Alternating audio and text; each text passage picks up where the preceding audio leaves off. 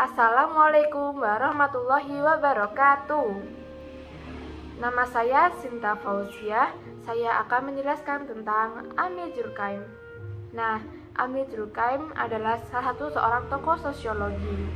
Amir Durkheim lahir pada tahun 1858 di kota Epinal, dekat Strasbourg, daerah timur laut Prancis. Ayahnya adalah seorang Robi Yahudi yang sejak muda Durkheim telah menyatakan diri menjadi seorang agnostik. Agnostisisme adalah suatu pandangan bahwa ada atau tidaknya Tuhan atau hal-hal supranatural adalah sesuatu yang tidak dapat diketahui atau tidak diketahui. Definisi lain yang diberikan adalah pandangan bahwa alasan yang dimiliki manusia tidak mampu memberikan dasar rasional yang cukup untuk membenarkan keyakinan bahwa Tuhan itu ada atau keyakinan bahwa Tuhan itu tidak ada. Pada tahun 1902, Durkheim diangkat sebagai profesor sosiologi dan pendidikan di Universitas Sorbonne, Paris. Perhatian dan minat Durkheim terhadap agama yang pengaruhnya terhadap kehidupan sosial diwujudkan dalam sebuah karyanya yang berjudul Les Formes élémentaires de la vie religieuse, The System Tomikio and Astrologie pada tahun 1912. Buku ini kemudian diterjemahkan ke dalam bahasa Inggris oleh Joseph Ward Swine menjadi The Elementary Forms of the Religious Life pada tahun 1915. Kemudian dalam buku ini Durkheim mencoba menemukan elemen-elemen dasar yang membentuk semua agama. Oleh karena itu, Durkheim mengemukakan klaim utamanya tentang arti penting teori agama dan pengaruh utama klaim ini pada pemikir-pemikir lainnya secara panjang lebar yang tertuang dalam karya besar tersebut. Dalam kerangka teorinya, Durkheim mengutamakan arti penting masyarakat, struktur, interaksi, dan institusi sosial, dan memahami pemikiran dan perilaku manusia. Hal ini dapat dicermati dari penekaan Durkheim yang ingin melihat hampir seluruh perubahan utama manusia, yaitu persoalan hukum, moralitas, profesi, keluarga, dan kepribadian, kemudian ada ilmu pengetahuan, seni, dan juga agama dengan menggunakan sudut pandang sosial.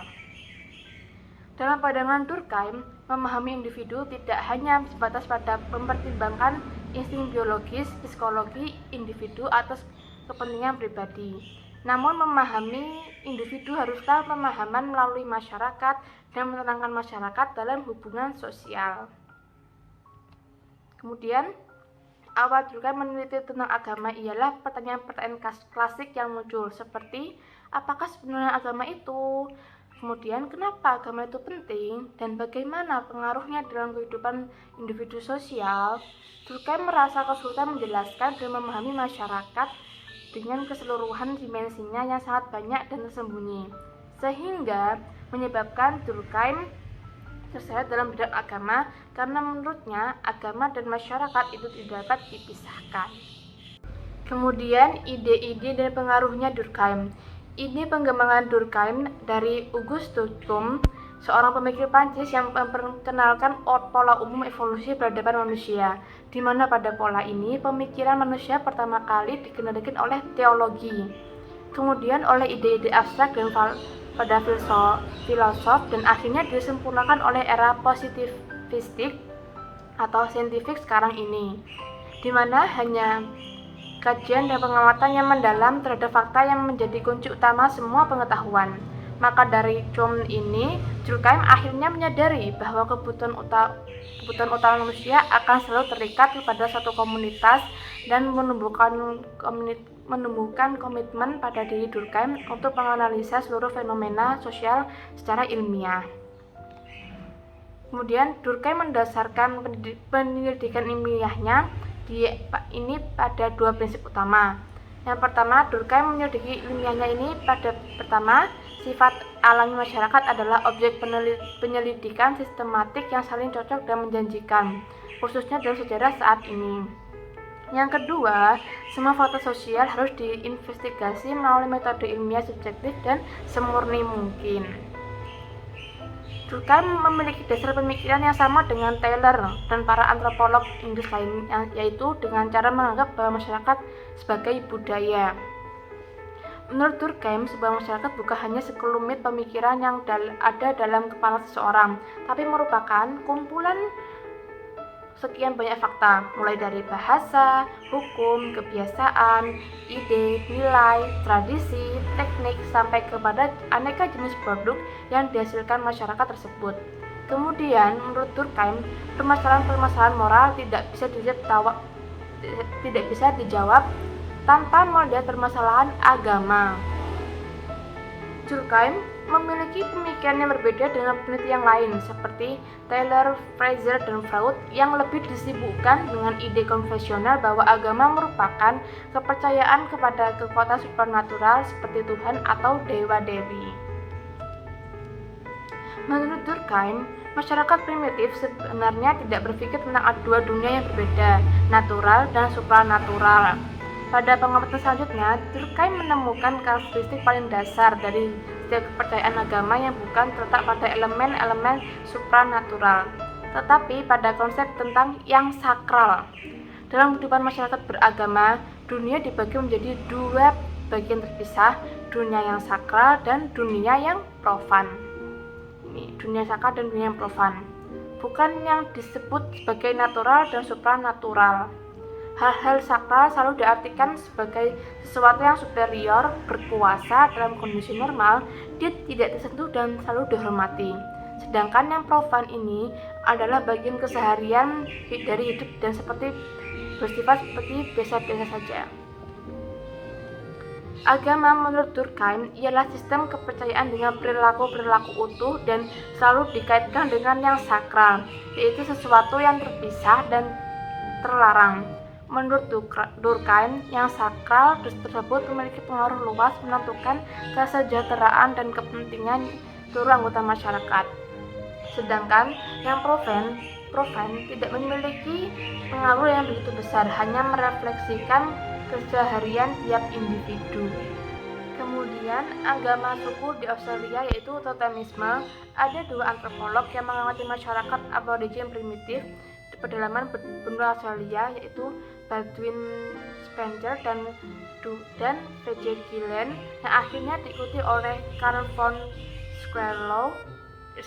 Riset-riset mereka menemukan petunjuk, yakni tidak ditemukannya agama lain yang dianut masyarakat aborigin selain totemisme. Namun, pengamat-pengamat tersebut mampu mengungkapkan bahwa makna sebenarnya dari totemisme. Mereka menggambarkan bahwa masyarakat tribal itu terbagi ke dalam beberapa klan, di mana klan memiliki binatang, tumbuhan, atau benda-benda lain sebagai totem masing-masing. Dan totem tersebut dianggap sakral oleh klan yang memilikinya. Namun, para ahli belum mengetahui kenapa totem-totem tersebut bisa menggambarkan konsep sakral dan profan dalam masyarakat.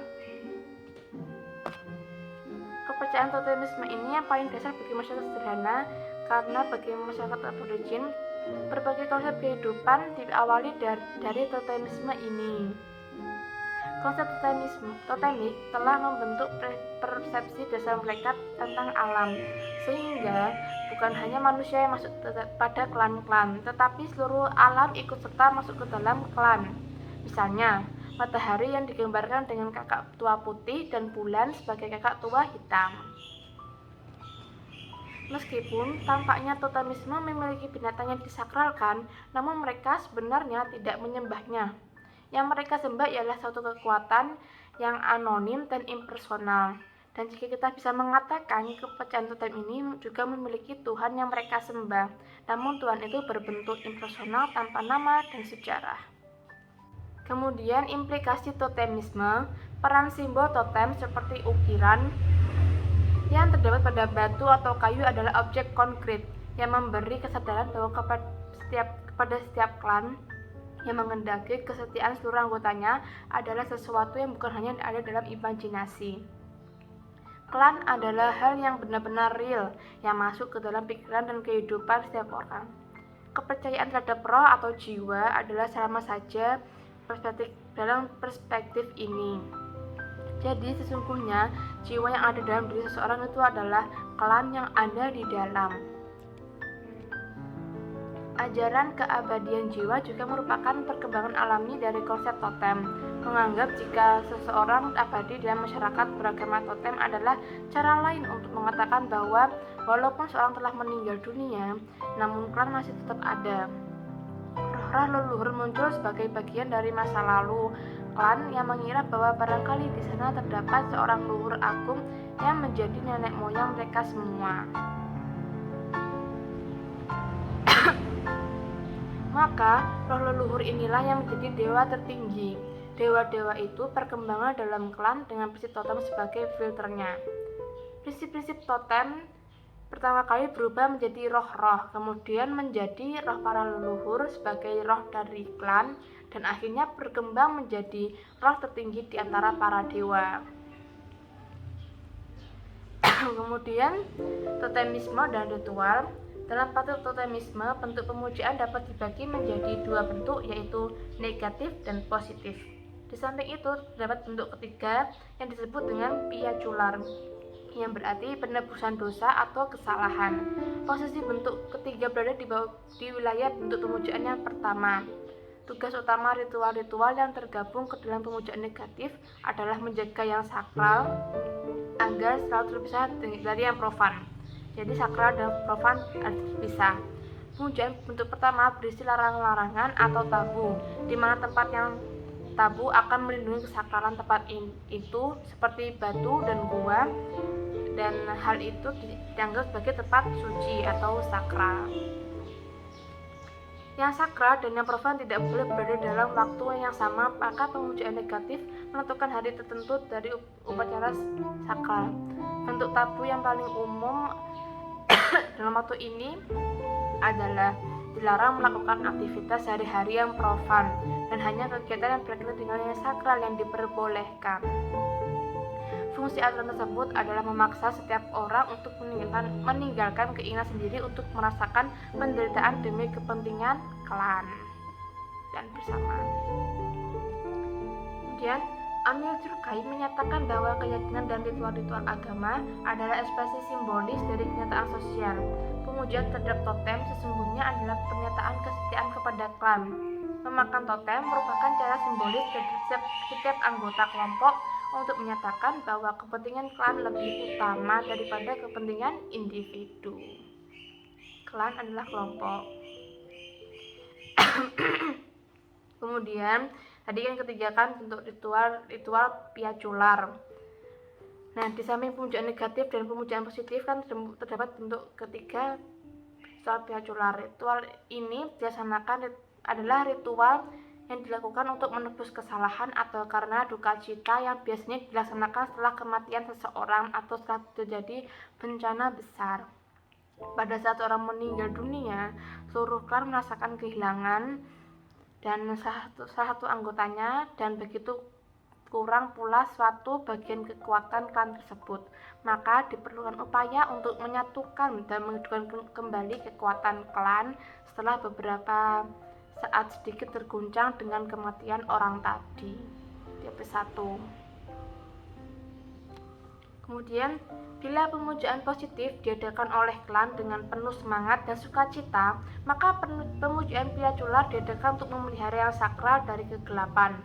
Peristiwa duka cita, malapetaka, kekuatan, dan ketidakpastian yang bisa terjadi dalam masyarakat.